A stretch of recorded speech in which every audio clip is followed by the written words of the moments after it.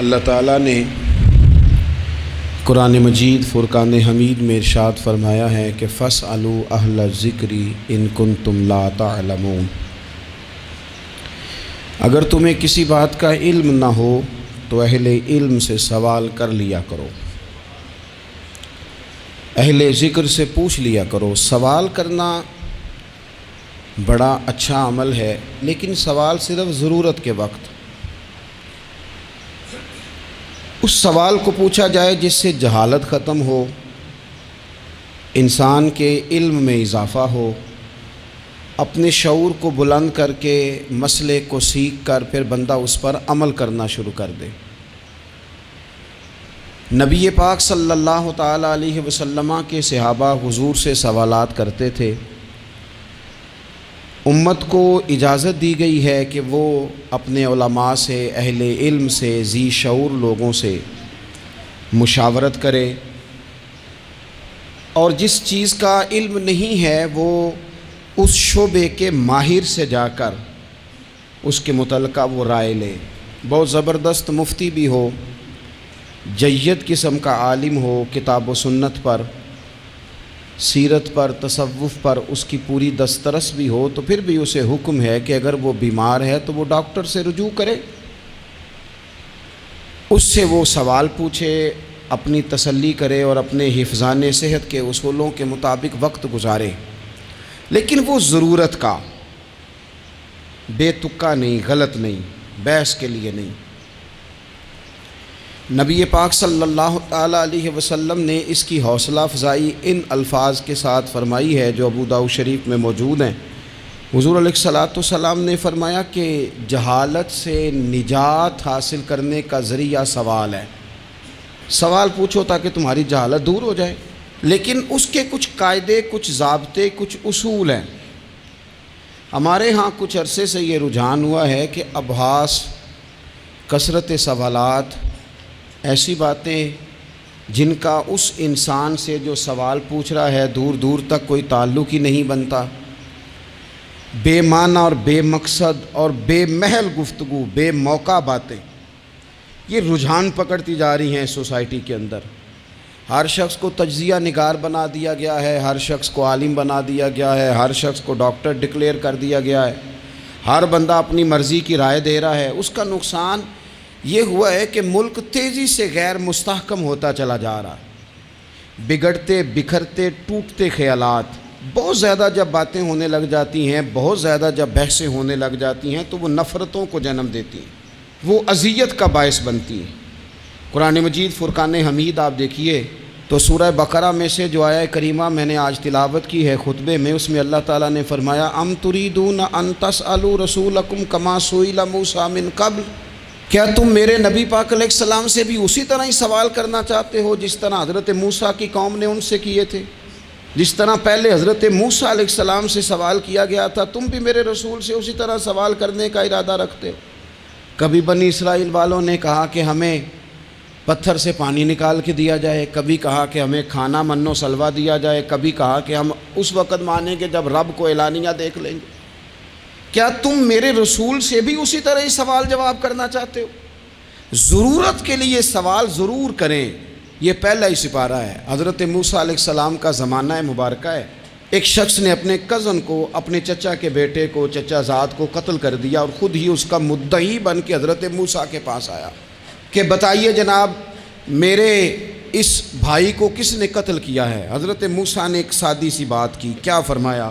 وَإِذْ قَالَ مُوسَىٰ لِقَوْمِهِ إِنَّ اللَّهَ يَأْمُرُكُمْ أَن تَذْبَحُوا بَقَرَةً۔ حضرت موسیٰ علیہ السلام نے اپنی قوم سے کہا کہ اللہ تمہیں حکم دیتا ہے کہ ایک گائے ذبح کرو، گائے کا کچھ حصہ مقتول کو مارو، وہ خود اٹھ کے بتا دے گا مجھے کس نے قتل کیا ہے۔ یہ پہلا سپارہ ہے قرآن مجید کا، آپ اس کو دیکھ لیں، یہ آیت نمبر 67 سے شروع ہو رہا ہے۔ تو اب وہ چونکہ ذبح کرنا نہیں چاہ رہا تھا، اس کو پتہ تھا کہ مجرم تو میں خود ہوں، وہ ذبح چونکہ کرنا نہیں چاہ رہا تھا تو اس سے کہا کہ مارو ایک حصہ گائے کا، اس کو تو یہ اٹھ کے بتا دے گا۔ تو اس نے جواب کیا دیا؟ قالوا اتتخذون ہزوا، کہنے لگا آپ میرے ساتھ مذاق کرتے ہیں؟ کبھی ایسا بھی ہوا ہے؟ قال اعوذ باللہ ان اکون من الجاہلین، حضرت موسیٰ علیہ السلام فرمانے لگے میں اللہ کی پناہ مانگتا ہوں میں جاہلوں میں سے ہو جاؤں، ہر وقت مذاق کرتے رہنا یہ تو جاہلوں کا طریقہ ہے۔ کن کا ہے؟ حضرت موسیٰ نے کہا ہے، قرآن پاک ہے، ہر وقت مذاق کرتے رہنا۔ خوش طبعی اور چیز ہے، مسکراتے رہنا، لیکن کسی کا مذاق ہر وقت اڑاتے رہنا کن کا طریقہ ہے؟ جاہلوں کا۔ جب کہا نہیں ذبح کرنی ہے تو اب ذرا دیکھیے کرنا نہیں نہ چاہ رہے، قالوا ادع لنا ربک یبین لنا ما ہی، کہنے لگے اے موسیٰ پھر آپ نہ رب سے دعا کریں کہ وہ ذرا کھول کے بتائے وہ گائیں کس طرح کی ہو۔ ارادہ نہیں نہ ذبح کرنے کا، آپ دعا کریں۔ قال انہ یقول انہا بقرۃ لا فارض ولا بکر، فرمایا کہ رب کہتا ہے وہ گائے نہ بوڑھی ہو نہ زیادہ بچیا ہو، عوان بین ذالک، ان کے درمیان ہو، یعنی جوان گائیں ہو۔ فافعلوا ما تؤمرون، کرو جس کا تمہیں حکم دیا جا رہا ہے۔ قالوا ادع لنا ربک یبین لنا ما لونھا، لو اگلی بات سن لو، کہنے لگے آپ دعا کریں رب سے کہ وہ کھول کے بتائے اس کا رنگ کس طرح کا ہو، رنگ بتائیں کس طرح کا ہو۔ قال انہ یقول انہا بقرۃ صفراء، فرمایا رب فرماتا ہے کہ صفراء رنگ کی ہو، یعنی گہرے زرد رنگ کی ہو۔ یہ رب فرماتا ہے اس طرح کی گائے ذبح کرو۔ فاقع لونھا تسر الناظرین، اور جب کوئی اسے دیکھے تو اسے اچھا بھی لگے، آنکھوں کو اچھی لگے وہ گائے، اس طرح کی گائیں ذبح کرو۔ لو اتنی باتیں بتا دی۔ قالوا ادع لنا ربک یبین لنا ما ہی، کہنے لگے نہیں آپ پھر دعا کریں اللہ ذرا کھول کے بتائے گائیں کس طرح کی ہو۔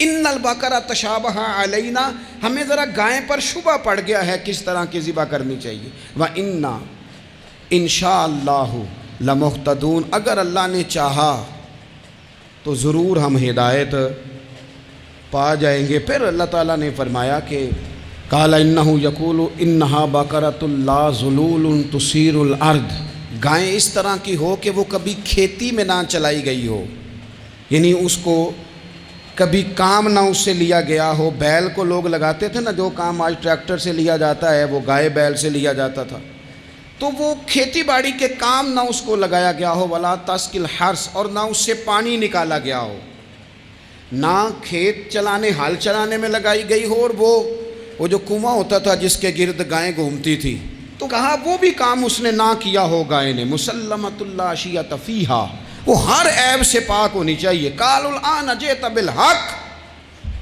اب کہنے لگے اب آپ صحیح بات لے کے آئیں، اب سوال ختم ہو گئے نا۔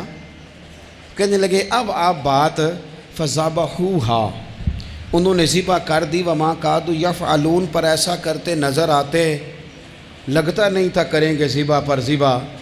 اچھا یہ گائیں پھر ملی کیسے؟ امام خازن کہتے ہیں کہ ایک نیک آدمی تھا، تو اس کا آخری وقت آ گیا، تو اس کے پاس جو کل جمع پونجی تھی وہ ایک بچیا تھی، گائیں کی بچی، بچیا ویڑی، اس کے پاس وہ ایک بچیا تھی صرف۔ تو اس نے اس طرح کیا کہ اس کی گردن پر ایک مہر لگائی، اللہ کے نام پر بطور امانت اس نے اس کو جنگل میں چھوڑا، کہا یا اللہ میرا بیٹا ایک ہی ہے وہ بھی چھوٹا ہے، اس کی حفاظت کرنا اور میرے بیٹے کو پہنچا دینا۔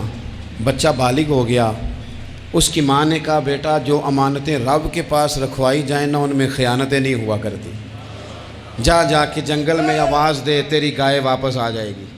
اس نے جا کے جنگل میں آواز دی کہ وہ جو میرے باپ نے امانت رکھوائی تھی وہ کدھر ہے؟ وہ نشان لگی ہوئی گائیں دوڑتی ہوئی اس کے پاس آئی۔ واللہ خیر الرازقین، جب رب بندوبست کرے، جب اللہ بندوبست کرے تو پھر معاملہ اور ہوتا ہے۔ وہ گائے آ گئی، اب اس نے کیا کیا اس نوجوان نے کہ وہ گائے گھر لایا، ماں سے آ کے کہا کہ اماں یہ تو اللہ نے فضل کر دیا۔ ماں کہنے لگی پتر حالات ہمارے خراب ہیں، منڈی میں لے جا اسے بیچ دے، لیکن سودا میری مرضی کے بغیر طے نہ کرنا۔ کس کی مرضی کے بغیر؟ کس کی؟ اماں کی مرضی۔ اور سنو یار، تھے کچھ لوگ جن کو لوگوں نے تانے بھی دیے کہ تم ماں کے پیچھے لگ گیا ہے، لوگوں نے بڑا کچھ کہا، پر جو ماں کی مرضی پہ لگیں ناکام نہیں ہوتے زندگی میں۔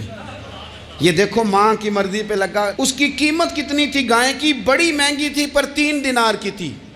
منڈی میں لے گیا، 3 دینار اس کی قیمت لگ گئی۔ تو ماں نے کہا تھا میری مرضی کے بغیر سودا نہ کرنا، اب بچے تو نہیں نا مانتے، اماں کو کیا پتا باہر بزنس کیا ہے، لین دین کیا ہے، پر ماں نے کہا تھا میری مرضی، بندہ دے رہا ہے اسے،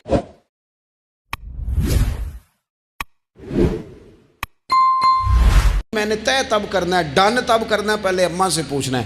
گھر جا کے اماں سے پوچھا، اماں کہنے لگی دے دے۔ واپس آیا تو اس نے کہا کہ میں 6 دینار دیتا ہوں پر میری شرط ہے، ماں سے نہیں پوچھنا۔ اس نے کہا تو 12 بھی دے، ڈن تب بھی ہونا ہے جب اماں نے کہنا ہے۔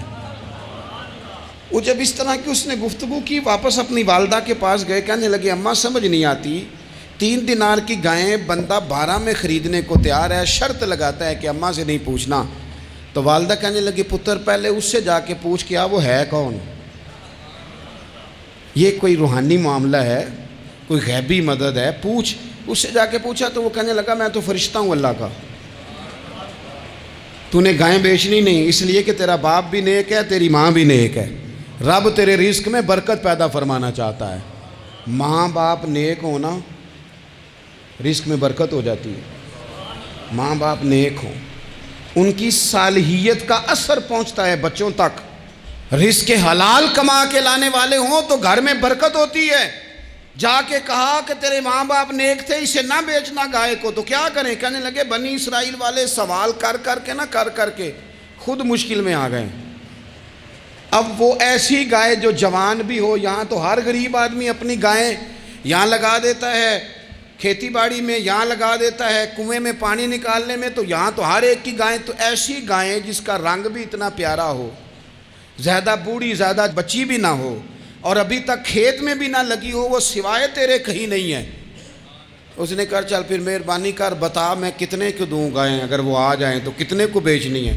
اسے کہنا کوئی نہیں، ریٹ تو زیادہ کرنا ہی نہیں، ان سے کہنا گائے کے اندر سے گوشت نکال دیں اور جتنا گوشت ہے اتنے پیسے بھر دیں، اس کی کھلڑی بھر دیں۔ اب وہ بنی اسرائیل والے ڈھونڈتے پہنچ گئے، کہا جناب گائیں 3 دینار کی یا 6 لے لو۔ اس نے کہا نہ بھائی، ذبح کروں گا، گوشت نکالوں گا، جتنا وزن گوشت کا اتنے پیسے بھرو گے کھال میں تو پھر گائے تمہیں ملے گی۔ اب مجبور تھے، کیا کرتے؟ ابن کثیر حدیث لائے ہیں، امام سیوطی نے در منصور میں بھی لکھی ہے، نبی پاک صلی اللہ علیہ وسلم نے فرمایا سنو جوانوں اور اسے دل کی تختی پہ لکھو، نبی پاک علیہ السلام نے فرمایا اگر بنی اسرائیل والے زیادہ سوال نہ کرتے تو اتنی مشکل کا شکار نہ ہوتے۔ انہوں نے سوال اتنے کیے کہ چارہ نہیں ہے اب ان کے لیے، چارہ نہیں ہے اب ان کے لیے کہ یہ ادھر ادھر جا سکے، مجبوری بن گئی، یہی گائے خریدنی ہے، یہی لے جانی ہے۔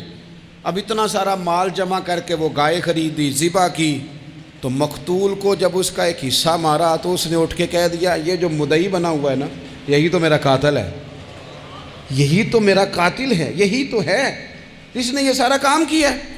تو زیادہ سوالات کرنا، بہت زیادہ سوالات کرنا، ہر وقت بحث میں رہنا، نبی پاک صلی اللہ تعالیٰ علیہ وسلم نے منع فرمایا، اور میرے رسول پاک علیہ السلام نے فرمایا یاد رکھو 3 چیزوں سے ہمیشہ بچو، بخاری مسلم میں موجود ہے۔ ایک تو فرمایا کثرت کیلو کال سے بچو، زیادہ بحثیں نہ کرو، اور دوسرا حضور علیہ السلام نے فرمایا مال کو ضائع کرنے سے بچو، اور تیسرا فرمایا زیادہ سوال نہ کیا کرو، زیادہ سوال نہ کیا کرو۔ ایک مقام پہ نبی پاک علیہ السلام نے فرمایا حج فرض ہے، ایک صاحب نے اٹھ کے پوچھا حضور ہر سال؟ حضور خاموش ہو گئے۔ پھر پوچھا حضور ہر سال؟ سرکار خاموش ہو گئے۔ تیسری بار پھر پوچھا حضور ہر سال؟ نبی پاک علیہ السلام نے فرمایا زیادہ سوال نہ کیا کرو، میرے منہ سے نکل جاتا نا ہر سال فرض ہے تو رب نے ہر سال فرض کر دینا تھا، تمہارے لیے مشکل ہوتی۔ اور فرمایا جس چیز کے لیے میں تمہیں حکم دوں وہ کر دیا کرو، اور جس چیز میں تمہیں آزاد کر دوں اس میں آزاد ہو جایا کرو، زیادہ باریکیوں میں نہ جایا کرو۔ جن لوگوں نے بھی باریک بن کے چیزیں ڈسکس کرنی چاہی نا، الجھ گئے، تنگ آ گئے، اور جو کسی ایک دروازے کے فقیر تھے، ایک دروازے کے فقیر تھے، ایک دروازے کے فقیر تھے، کسی ایک راہ سے خیرات لیتے تھے، زیادہ الجھاؤ نہیں پیدا کیا انہوں نے۔ میں کہہ چکا ہوں علم حاصل کرنے کے لیے سوال ضرور کریں، لیکن بحث کے لیے اور الجھاؤ پیدا کرنے کے لیے، نئی سے نئی راہ تلاش کرنے کے لیے یہ بات درست نہیں ہے۔ بلکہ بخاری مسلم میں ایک حدیث ہے جس کو پڑھ کے انسان بار بار سوچنے پہ مجبور ہو جاتا ہے کہ اس طرح بھی ہوتا ہے۔ حضرت انس بن مالک رضی اللہ تعالیٰ عنہ ارشاد فرماتے ہیں، ہم سب حضور کی بارگاہ میں بیٹھے تھے، بخاری مسلم ہے، نبی پاک علیہ السلام تشریف فرما تھے، حضور کی عادت مبارکہ تھی جہاں موقع آیا حضور بیٹھ گئے۔ حضور زمین پہ جلوہ فراز تھے، صحابہ کرام نے سوال پوچھنے شروع کیے، یہ بھی بتائیں یہ بھی بتائیں۔ کچھ نوجوان تھے، انہوں نے کچھ سوالات شروع کیے، انہوں نے بہت زیادہ سوالات کیے کثرت سے۔ تو حضرت انس بن مالک رضی اللہ تعالیٰ عنہ فرماتے ہیں بہت سوالات، جب زیادہ سوال ہو گئے نا، اللہ کے رسول صلی اللہ علیہ وسلم اٹھ کے نا ممبر پہ بیٹھ گئے، فرمایا پوچھو جو تمہارا جی چاہتا ہے میں بتاؤں گا، پوچھو، کرو سوال کرو۔ ایک شخص نے اٹھ کے عرض کی، یا رسول اللہ میرا باپ کون ہے؟ فرمایا حذیفہ۔ دو لوگ اور اٹھے، یا رسول اللہ ہمیں لوگ تانے دیتے ہمارا باپ۔ فرمایا تمہارا باپ وہی ہے جس کی طرف تم منسوب ہو، اسی باپ کی جائز اولاد ہو۔ ایک بندہ اور اٹھا، اس کا